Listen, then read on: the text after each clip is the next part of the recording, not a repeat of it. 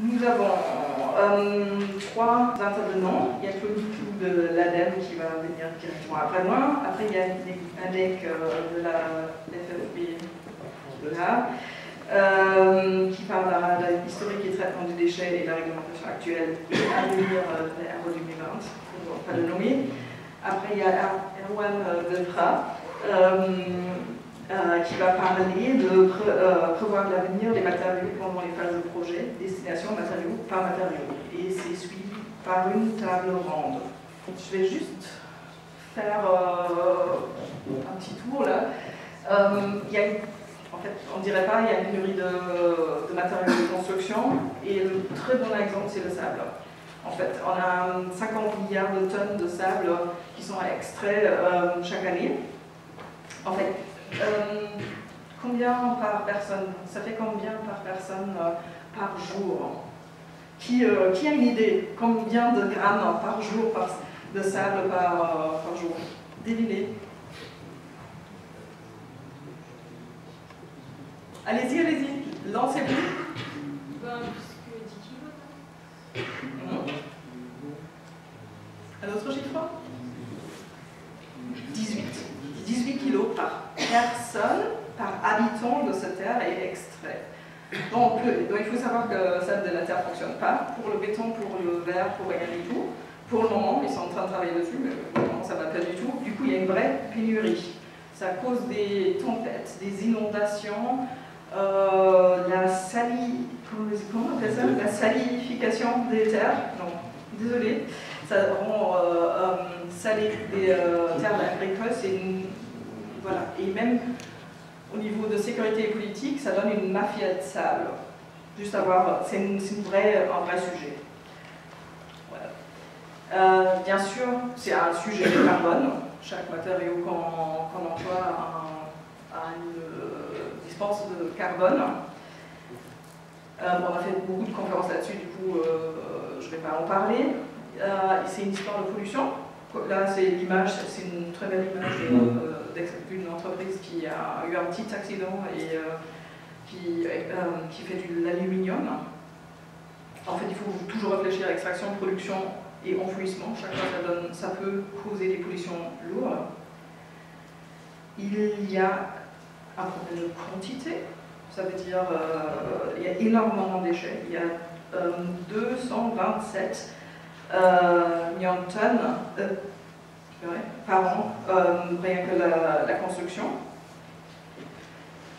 Ça pose un problème de place, quelque part. C'est un problème de place pour les décharges. Et il y a un énorme problème, et c'est pour ça, à mon avis, il y a quelques collectivités ici, c'est aussi un problème de décharge sauvage. Voilà. Du coup, il y a des grands prémices. Quand on fait des matériaux de construction, vous avez vu l'effet de la construction que ça peut avoir. Alors, il faut toujours réfléchir s'il faut construire. Je tiens ce discours un peu étrange. En fait, il faut réfléchir, est-ce qu'on a besoin de tous les mètres carrés qu'on a dans le programme? Est-ce qu'on n'a pas d'autres locaux qu'on peut organiser pour les utiliser? Est-ce qu'on ne peut pas utiliser ensemble les locaux? Après, il faut construire dans les matériaux renouvelables. Et si on construit et on déconstruit, il faut regarder le recyclage. Quand alors on a produit, quand c'est la fin du bâtiment, en fait, il y a des déchets. Et en fait, les déchets, c'est des ressources. Et qu'est-ce qu'on fait avec ces matériaux? Au lieu d'enfouissement et d'incinérer pour gagner des calories, l'idée et le thème d'aujourd'hui, c'est le recyclage, et le thème de beaucoup de conférences qu'on a fait déjà, ce que vous avez vu là, c'est le réemploi. Il y a aussi un bon sujet tout à l'heure, quand j'ai parlé de réflexion en amont pour faire un projet, c'est aussi la réflexion de construire, déjà en réfléchissant à la fin de vie de bâtiment. Alors, et Erwan Delprat va en parler, comment je peux défaire en fait le bâtiment. Ok, je passe la parole à Claude de l'ADEME. Je vais me faire dresser un panorama à la fois sur notre démarche en région, la politique de l'ADEME en région, mais auparavant je vais rappeler un peu quelques chiffres de contexte. Et puis, pour finir, parler du projet de loi anti-gaspillage pour l'économie circulaire, et puis, enfin, des appels à projets que nous avions lancés. Donc là, je ne m'appesantirai pas sur les premiers, sur ces chiffres-là. On sait que le BTP, c'est le premier producteur de déchets, que ces déchets représentent 80% des déchets produits en France, et rapportés à l'habitant, ça fait 3 tonnes, plus de 3 tonnes. Et une chance que nous avons pour ces déchets du BTP, c'est qu'il y a une grosse proportion de déchets inertes, et les déchets inertes sont par nature assez faciles à réutiliser et à revaloriser. Ce qu'il faut retenir, c'est que les deux secteurs, travaux publics et bâtiments, ont des poids bien sûr différents. Les TP 80% et le bâtiment 19%. Ce qui a une incidence sur la manière et la facilité que l'on a pour réemployer ou revaloriser les déchets. Le taux de valorisation actuel en moyenne pour le travaux publics, c'est à 63%, ce qui est assez élevé, mais si on le rapporte au taux réglementaire qui était prévu par la directive européenne de 2008, qui est de 70%, atteindre un taux de revalorisation de 70% d'ici 2020.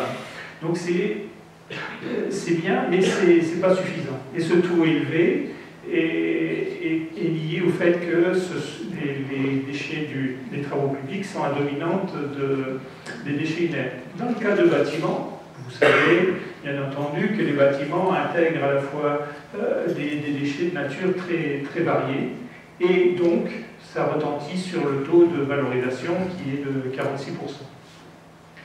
Dans la partie bâtiment, un point qui est souligné, ce sont les déchets du second œuvre. Ici, les 41% des déchets de second œuvre qui ont un impact sur le taux de recyclage, parce que ce sont les produits les plus variés. Je pense que M. Deprat saura vous expliquer ce sujet.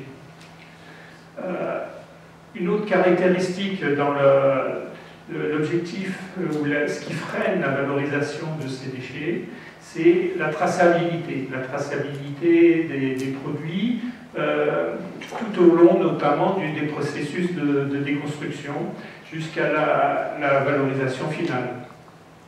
Et puis enfin, on a, du fait du problème de traçabilité, eh bien, on a également dans le cadre du réemploi des données également lacunaires. Pour ce qui concerne le Grand Est, les proportions que j'ai indiquées restent sensiblement valables, même si le BTP ne représente que 70% des déchets produits sur le territoire.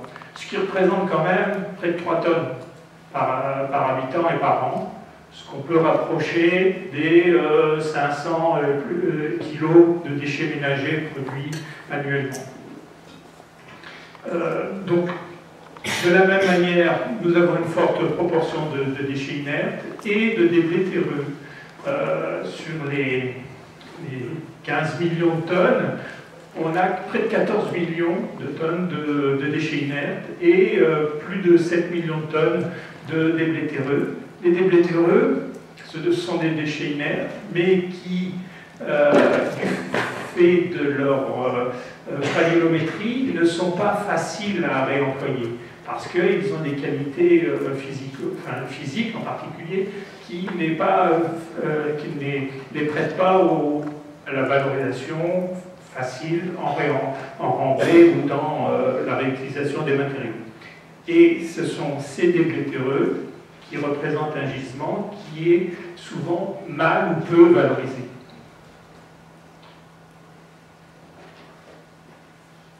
Oui. Donc, un point important lié aux caractéristiques des déchets, c'est l'importance du tri sur le chantier même, parce que plus le tri est réalisé en amont, plus il est fin et meilleure qualité seront les produits issus des chantiers seront plus facilement revalorisés parce que mieux triés. L'importance du diagnostic des déchets et de la traçabilité, l'axe du réemploi aussi est essentiel, et enfin, pour bien gérer, il faut connaître, d'où l'objectif d'avoir un observatoire des déchets du BTP. Un petit point sur la loi de lutte contre le gaspillage et pour l'économie circulaire. Donc ça, c'est un projet de loi qui va être adopté très prochainement, dont l'esprit est le suivant, c'est qu'on responsabilise les acteurs en amont à travers la responsabilité élargie des producteurs, et on informe en aval le plus possible des consommateurs. Parce que, comme je vous ai annoncé tout à l'heure, la directive de 2008 a donné comme objectif un taux de valorisation de 70%. On ne l'a toujours pas atteint en 2020. Donc il faut, d'une certaine manière, encourager et inciter plus fortement les professionnels dans ces démarches plus vertueuses. Pour y parvenir, notamment, il y a trois principes qui sont donnés dans ce projet de loi par rapport aux déchets du BTP. Un, c'est le renforcement du diagnostic déchets. Alors, il va s'agir de bien définir les seuils, la qualification des entreprises, etc. Et le projet de loi renvoie à un futur décret. Le point un peu marquant et nouveau par rapport à ce qu'on connaît actuellement, c'est de créer d'ici 2022 des filières REP, responsabilité élargie des producteurs, et d'ici 2022 parce que le sujet n'est pas simple. Et donc, il est prévu que l'ADEME soit missionné pour faire cette étude de préfiguration, définir quels produits et comment mettre en place cette filière REP, qui viendrait en complément, je pense que vous l'avez entendu, des jouets, filière REP, du mobilier de jardin, etc. Et puis, le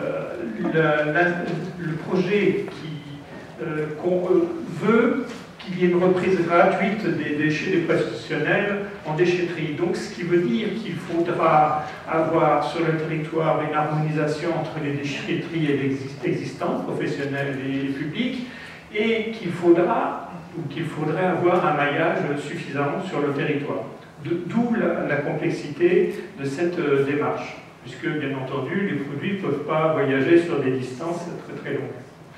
Et concernant le point particulier des charges sauvages, eh bien, un des axes d'action, c'est renforcer les pouvoirs donnés aux élus locaux, aussi bien à l'échelle des maires que à l'échelle des communautés de communes. Dans ce contexte, l'ADEME travaille plus particulièrement avec la région qui porte la compétence de la planification à l'échelle régionale, plan de prévention et de réduction des déchets, y compris les déchets du BTP. Donc nous nous inscrivons dans le dispositif d'aide Climaction. C'est finalement une sorte de guichet unique, un arrangement entre cofinanceurs, et donc ce qui permet à la fois des animations, un soutien à l'animation, des études, des investissements, et ce se fait en particulier pour le secteur du BTP par appel à projet. Le premier engagé dans le cadre de Clémaction, c'était en 2019, et qui est renouvelé cette année. J'ai rappelé aussi le dispositif d'aide nationale de l'ADEME qui a été mis en place depuis plusieurs années, notamment à travers les investissements d'avenir, à travers des animations de différentes têtes de réseau à l'échelle nationale pour produire des réflexions, des outils, lancer des programmes de recherche et de développement pour travailler sur le modèle de construction, travailler sur le modèle de recyclage et les modèles de réemploi. L'autre axe, c'est favoriser à la fois des réseaux d'échange et le retour d'expérience à travers des réseaux des collectivités, notamment à l'ADEME, mais aussi des rencontres thématiques ou des formations. De plus, la région souhaite piloter un réseau des acheteurs publics et il peut y avoir, à travers Envirobat ou autres organismes, des sensibilisations et animations autour de cette prévention. La région va mettre en place un observatoire. La première année a été, l'année dernière, en 2019, l'observatoire a commencé à se mettre en place, notamment par l'acquisition des données, d'état des lieux, et il va être poursuivi en 2020 dans sa deuxième phase. Il est prévu aussi, dans le cadre de la mise en œuvre du programme du plan régional de réduction des déchets, une convention qui serait passée entre la région et les différents organismes professionnels du BTP pour mettre en œuvre des objectifs, mettre en œuvre le plan régional de réduction des déchets. Ce plan comprend plusieurs objectifs ambitieux qui sont issus de la réglementation et qui ont été déclinés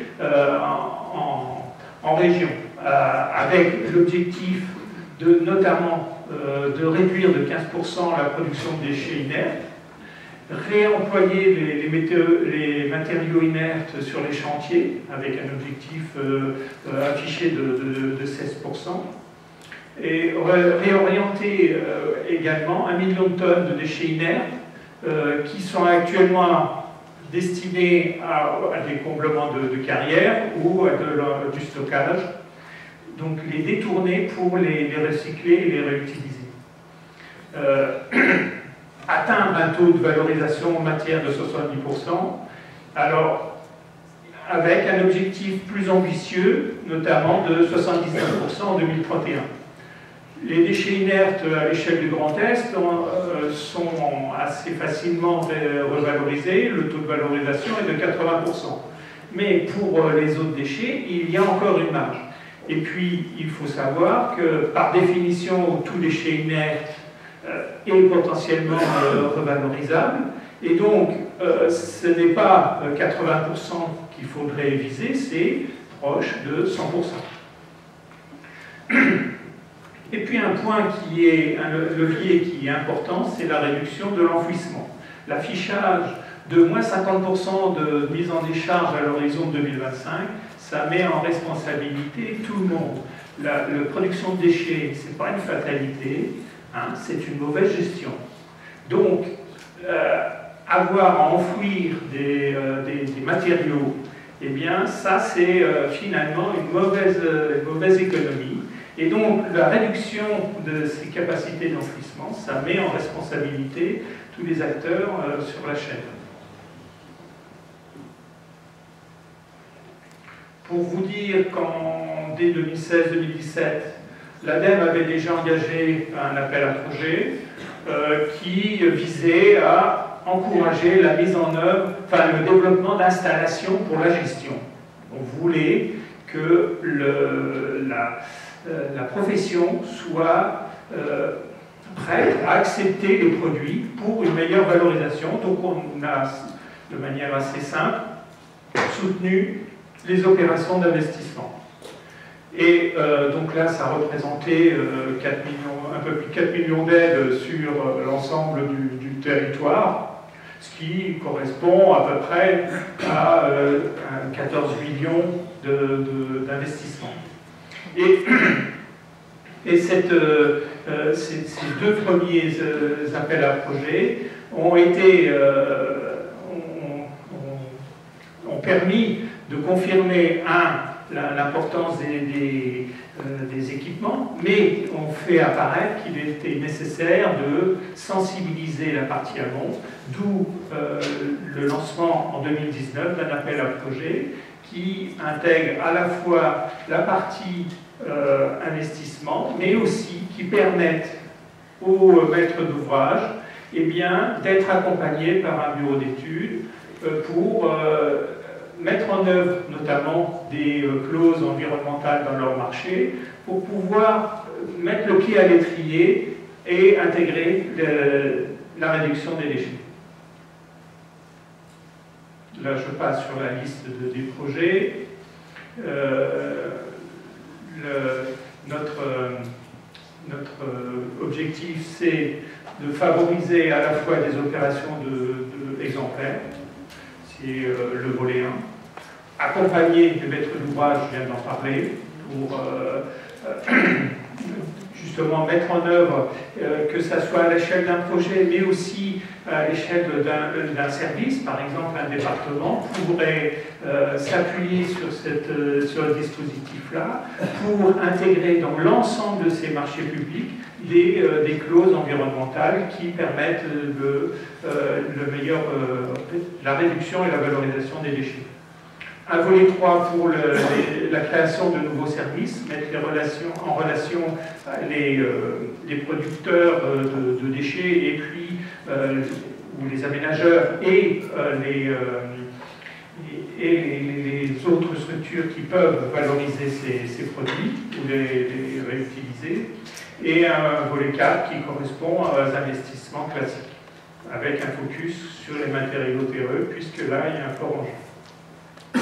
Le principe, les études sont aidées à 70% et les investissements à 30%.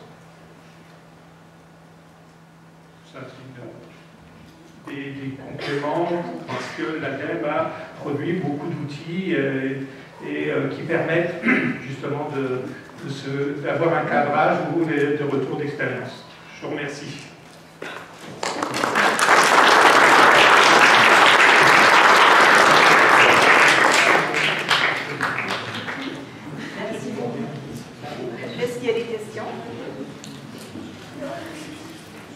Alors, vous allez avoir toutes les présentations par mail. Merci pour l'intervention. Je suis Bertrand Chauvet, délégué régional de l'Agence Qualité Construction. Une question au sujet de la valorisation qui m'apparaît par beaucoup d'aspects comme une espèce de boîte noire un peu curieuse. Il me semble qu'au niveau du règlement européen, on peut parler de valorisation quand on remplaît les carrières, par exemple. Alors, est-ce qu'il en est également, est-ce que c'est également le cas au niveau national, au niveau français? Et la seconde question, c'est est-ce qu'on arrive à ouvrir cette boîte noire? Est-ce qu'on sait exactement ce qu'on met derrière le terme de valorisation?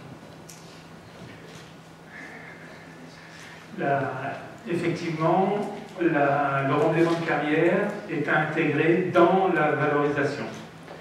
Et pour nous, ce n'est pas la meilleure valorisation possible. C'est pour cela que d'ailleurs dans le plan régional de prévention et de réduction des déchets, il est prévu que l'on réduise, enfin que cette part affectée au remblaiement de carrière puisse être mieux valorisée, et donc d'où la proposition de basculer le 1 million de tonnes qui actuellement destiné aux carrières ou au stockage, enfouissement, vers le recyclage. Et c'est un très gros enjeu. notamment dans des territoires où justement on a des exploitations de gravières ou de carrières et où il y a aussi le besoin de réaménager ces sites-là. Est-ce qu'on a une idée du pourcentage de valorisation que représente aujourd'hui ce remblaiement de carrière? On est sur quoi, du 20%, du 30%, bien plus? Et la question est vraiment ouverte parce que j'en ai aucune idée. Stockage, je pense que oui, c'est important. Utiliser un remblaiement de carrière, ça représente 5 millions de tonnes au vu des données obtenues dans le cadre de l'étude de l'état initial du PRPGD. Et donc ça représentait 37% des déchets inertes. Donc c'est effectivement très significatif. Et donc là aussi, on se rend compte qu'il y a un potentiel énorme. De même que si sur un bâtiment, si on broie le béton de structure et qu'on remette sur place pour emblayer le sous-sol, etc., ben finalement, effectivement, on réemploie sur le site des matériaux, mais en termes qualitatifs, c'est pas une valorisation suffisante. Le béton, c'est un produit noble, réalisé avec des produits nobles, des granulats, etc.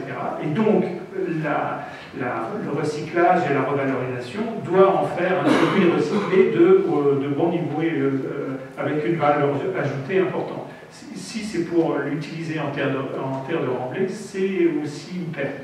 D'où l'intérêt de votre question de dire c'est de la valorisation, mais dans la valorisation, il y a de la bonne valorisation et de la valorisation à minima. Ce qu'on appelle le downcycling. Ce que tu présentais. D'autres questions? Sinon, je passe la parole à Yannick Majek, animateur de métier FFP Grand Pièce. Bonjour à tous. Bon, ma présentation va être un peu réduite pour éviter de se répéter sur tout ce qui est au début, tout ce qui est actuellement. Mais moi, je vais faire juste un petit point sur le bâtiment il y a une trentaine, même voire une cinquantaine d'années. Ça fait 30 ans que moi je traîne sur les chantiers. Je suis parti vraiment de là-bas, je suis parti apprenti maçon pour arriver jusqu'à conducteur de travaux. Et j'ai vu une grande... un bond quand même. J'ai vu une progression. J'ai vu la progression où, il y a 30 ans, même 50 ans, je n'étais pas encore sur les chantiers, mais en y allant par la suite, en creusant autour des bâtiments, c'était une mine d'or les bâtiments. Hein. On creusait, on retrouvait du plâtre, on retrouvait du béton, on retrouvait tout ce qu'on voulait. On pouvait s'amuser à essayer de creuser et tout récupérer. Quand moi j'ai commencé à travailler, c'était un tout petit peu mieux. Mais les feux sur les chantiers, c'était courant. À la fin du chantier ou en milieu de chantier, si on avait trop de sacs de ciment, trop de bois, qu'est-ce qu'on faisait? On faisait un petit feu, on mettait tout dedans, ni vu ni connu, je t'embrouille, et on en tirait encore. Et au fur et à mesure, ces 10 dernières années, il y a eu quand même un gros progrès. Il y a eu un gros progrès où il y a eu une conscience de la part des compagnons sur les chantiers qui ont arrêté de laisser traîner des tas de béton. C'était pas un travail simple, hein, c'était tous les jours où chaque fois qu'il y avait une toupie qui arrivait sur le chantier et qu'il restait du béton à la fin du coulage, c'était on remet le béton dans la toupie pour que le chauffeur aille s'en occuper à la centrale. Et ça a été un travail. Pour les autres corps d'État, ça a été pareil. J'ai vu il y a une quinzaine d'années encore un plâtrier mettre son tas, ça aurait pu être quelqu'un d'autre, hein, faire un tas en fin de semaine de tous ces déchets, une petite allumette dessus, je pars et je le laisse brûler. Là, je pense qu'on a fait quand même un gros progrès, on ne le voit plus de ce côté-là. Donc là, je vais faire juste un petit point réglementaire. Donc je vais sauter déjà la première partie que M. Niclou a très bien expliquée. Donc on a les déchets des activités économiques et les déchets ménagers. On a les déchets du BTP qui représentent 80% de tous les déchets.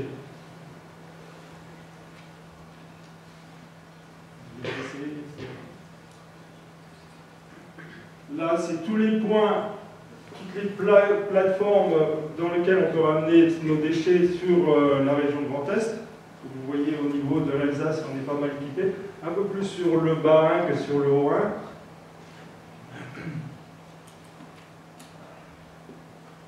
Là, on avait déjà fait un point là-dessus.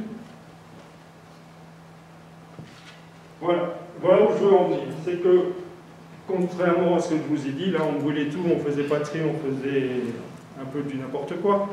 Actuellement, on doit trier. On doit trier le plastique, le bois, le verre, les métaux, les cartons et bien sûr tous les déchets inertes.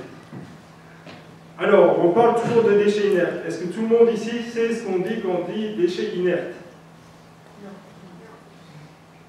Un déchet inerte, c'est un déchet qui ne doit pas bouger. C'est du bois, c'est pas du bois, c'est du béton, c'est du plâtre, c'est du verre, la terre, c'est des déchets inertes. C'est des déchets qui ne vont pas se transformer. Le bois, si on le met avec de la terre, au fur et à mesure des années, il va se dégrader. Donc il n'est pas inerte. Le plâtre, si on le met aussi comme ça avec tous les autres matériaux, avec l'effet d'humidité, il va se dégrader. Et en plus, il va dégager des gaz nocifs. Donc on ne peut pas le laisser comme ça à l'air. Alors le gaz nocif, il est assez dangereux parce que c'est le même gaz que vous trouvez sur les plages en Bretagne quand il y a les algues vertes. Donc il faut qu'on trie. La réglementation nous dit que ces 5 matériaux peuvent aller dans la même benne. Donc on les trie et on peut les mettre dans la même benne et les amener sur une plateforme de retraitement. Une plateforme simplement de stockage avant que ça parte en traitement. Alors on m'a dit ça, j'étais sur le chantier, j'étais pas trop au courant de ça. Quand on me l'a dit, j'ai dit oui, mais parfois nos plateformes de recyclage ou de traitement ou même de stockage ne veulent pas, ils les refusent. Et oui, parce que là, pour l'instant, il n'y a pas les moyens. Eux, ils préfèrent qu'on se sépare déjà. S'ils avaient les moyens mécaniques, M. Deprat viendra dessus, on pourra le faire. Mais la réglementation nous dit quand même, vous pouvez le faire. Vous pouvez mettre le plastique, le bois, le verre, le métal et le carton dans la même benne et l'envoyer sur une plateforme de stockage ou de retraitement. Pour les métaux, il n'y a pas trop de soucis. Les métaux, on les prend, on les revend. Et une chose qui est peu connue par nos professionnels, c'est la reprise par les fournisseurs. Donc il y a 2 conditions, c'est que la surface de vente fasse plus de 400 mètres carrés et que leur chiffre d'affaires annuel soit d'1 million d'euros. Donc ces fournisseurs ont l'obligation ou de mettre en place un centre de stockage ou de tri au sein de leur établissement, ou passer des accords avec les plateformes sur un rayon de 10 km.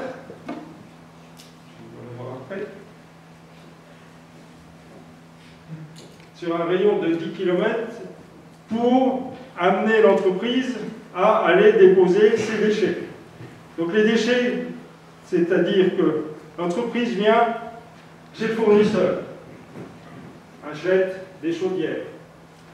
On va poser ces chaudières, il va rester tout ce qui est emballage, polystyrène et plastique. Elle peut ramener au fournisseur ses déchets. Alors certains fournisseurs, on contourne un peu la loi en disant bah, je vous vends des big bags, vous remplissez vos big bags et on reprend les big bags. Donc, commercialement, c'est jouable parce qu'on vend les big bags et on récupère les big bags. D'autres ont proposé de mettre sur les chantiers directement des bennes, parce qu'ils n'ont pas la place dans leur dépôt, parce que bien sûr de mettre une benne en place sur un dépôt, bah, ça fait un peu moins de matériaux après à mettre en place dessus. Et la plupart ont quand même passé des accords avec les plateformes, privées ou publiques, pour la reprise des déchets sur un rayon de 10 km aux alentours de leur plateforme de vente. Donc on a encore énormément de travail. Donc là on parle, donc là c'est le décret de 2016, et maintenant on parle de la réglementation environnementale 2020. Donc il reste une marche à franchir.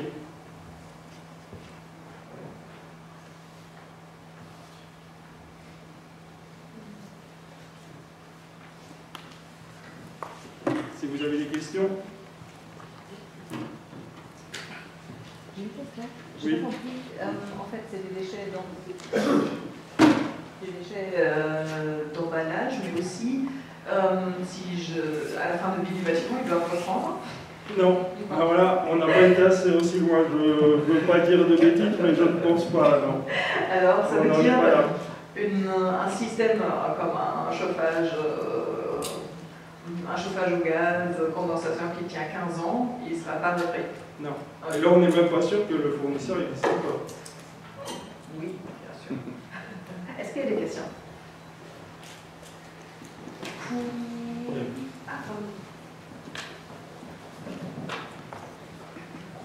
Bonjour. Oui, Geoffrey Pink, architecte à Strasbourg.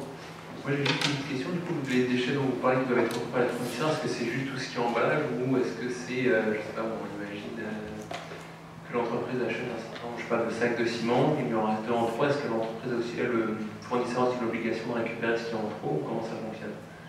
Alors, non, c'est les emballages. Alors s'il reste des sacs de ciment, je dirais, par habitude, c'est rare quand même que le professionnel revient chez son fournisseur dire j'ai trop de sacs de ciment, mais c'est que les emballages.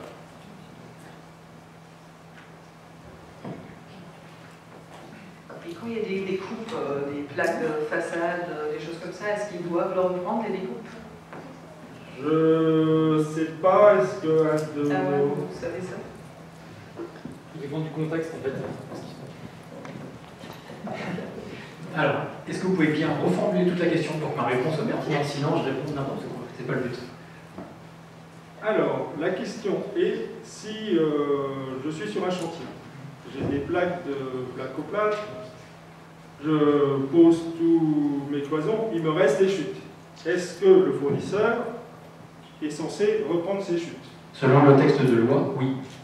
Donc il peut tout à fait revenir avec. Par contre, le prestataire, le .p ou Gélimat ou que sais-je, sans citer de nom, peut très bien dire moi j'ai choisi la 4e solution, j'ai pas la place sur mon dépôt, donc va donc à 10 km plus loin, il y a une déchetterie pro ou une déchetterie collectivité, va là-bas, ça m'arrange. Ce qui se passe. Donc il est dans les clous au niveau de la loi. Tout va bien. Donc c'est plutôt ce qui se passe. Oui. Donc par contre, si je mets des bennes en place sur ton chantier pour que tu puisses mettre tes déchets dedans, il n'est pas dans les clous. La loi ne dit pas ça.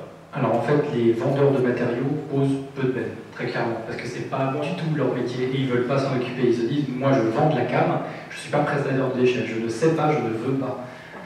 C'est souvent ce qu'ils disent. Jusqu'à preuve du contraire. Oui.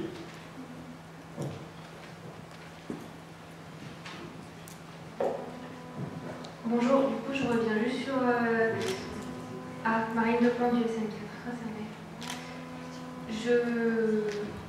Si l'entreprise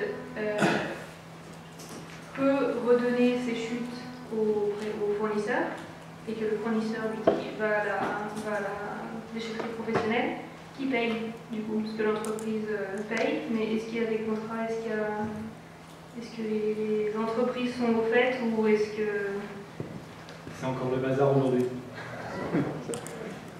Alors, parce que dès qu'on parle de déchets, de coûts, plus personne ne paye. Et les prestataires privés, auxquels je fais partie, nous, on pose exactement la même question en disant qui paye? Donc, très souvent, ça reste comme avant, l'entreprise qui vient livrer paye le déchet. D'après ce que je sais, la loi ne précise pas, donc même si vous ramenez ça chez votre fournisseur, il peut vous faire payer la reprise des déchets. Il n'y a aucune précision sur ce texte. Effectivement, dans le texte de loi, quand nous on l'a examiné avec l'équipe marketing, tout est expliqué en long, en large, en travers, sauf la notion de prix. liberté totale est laissée entre les professionnels pour gérer ça. Ça va être gratuit. Alors, la gratuité pure, enfin, j'ai hâte de voir ça. Parce que vu le coût des installations qu'on a, j'ai hâte de voir ça. Parce qu'en fait, à mon avis, quand vous allez acheter une plaque de plâtre, chez Casto ou Brico Dépôt à 4,25 € la plaque de 2 mètres, à mon avis, elle va coûter 40 €. Facile, la plaque. C'est ce qui va se payer. Du coup, elle sera gratuite en haut prix, forcément.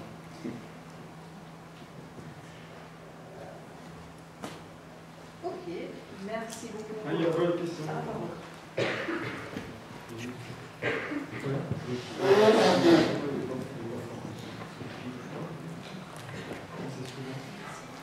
vais vous poser une question par rapport au recyclage sur les grands chantiers et marchés publics. Est-ce qu'il y a des contrôles qui sont réalisés actuellement?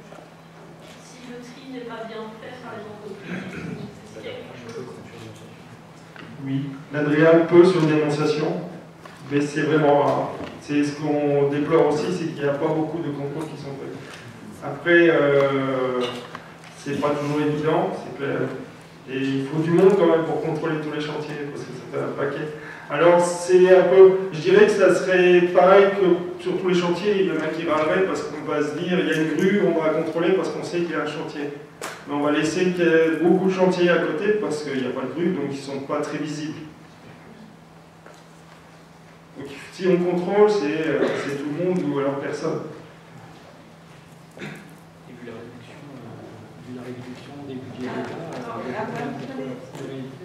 vu la réduction des budgets de l'État, il y a beaucoup moins de contrôleurs et d'inspections, parce qu'en fait, il faut faire le boulot jusqu'au bout.